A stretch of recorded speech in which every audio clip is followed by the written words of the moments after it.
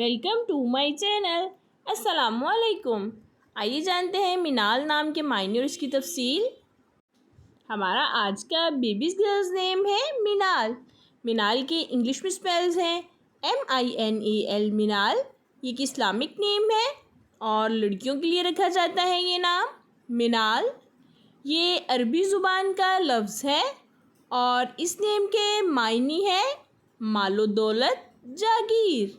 मिनाल इस नेम की तफसील है मिनाल फ़ातिमा, मिनाल अली। इस तरह से हम ये नाम रख सकते हैं।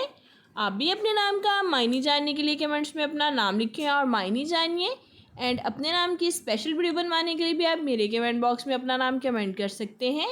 And please like the video, subscribe my channel. Okay dears, फिर मिलेंगे न्यू नेम न्यू वीडियो के साथ। अपना ख्याल रखिएगा, दुआओं में याद रखिएगा। अल्लाह हाफिज़।